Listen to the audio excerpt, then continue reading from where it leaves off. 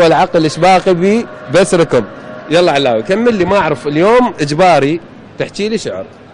ايش احكي لك؟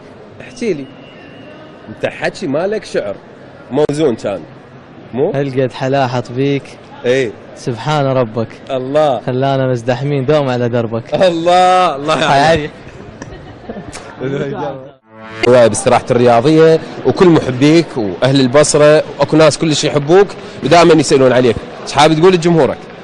يعني هو بهذا البارد يعني مواقف ما ست نور ظلت تناشد خطيه. اكو موقف صار ويانا صديقنا حسن اي بهاي اللي راحتنا للزياره. زين. فتعرف الزياره السواق خطيه ما ينامون لان هذا موسمه. زين. يروح ويرجع، فاحنا رجعنا من كربلاء طريق كله ناكل موز وبرتقال وكرزات. ما حد اطاع خطيه. حسن هو السائق ما حد اطاع. احنا ناكل ما وصلنا البصره فقلنا له اخوي وصلنا للبيت. هو ضايج من عندنا احنا ما ندري. قلت له اخوي انا بس وصلني للبيت. قال لا اخوي انا حد للساحه.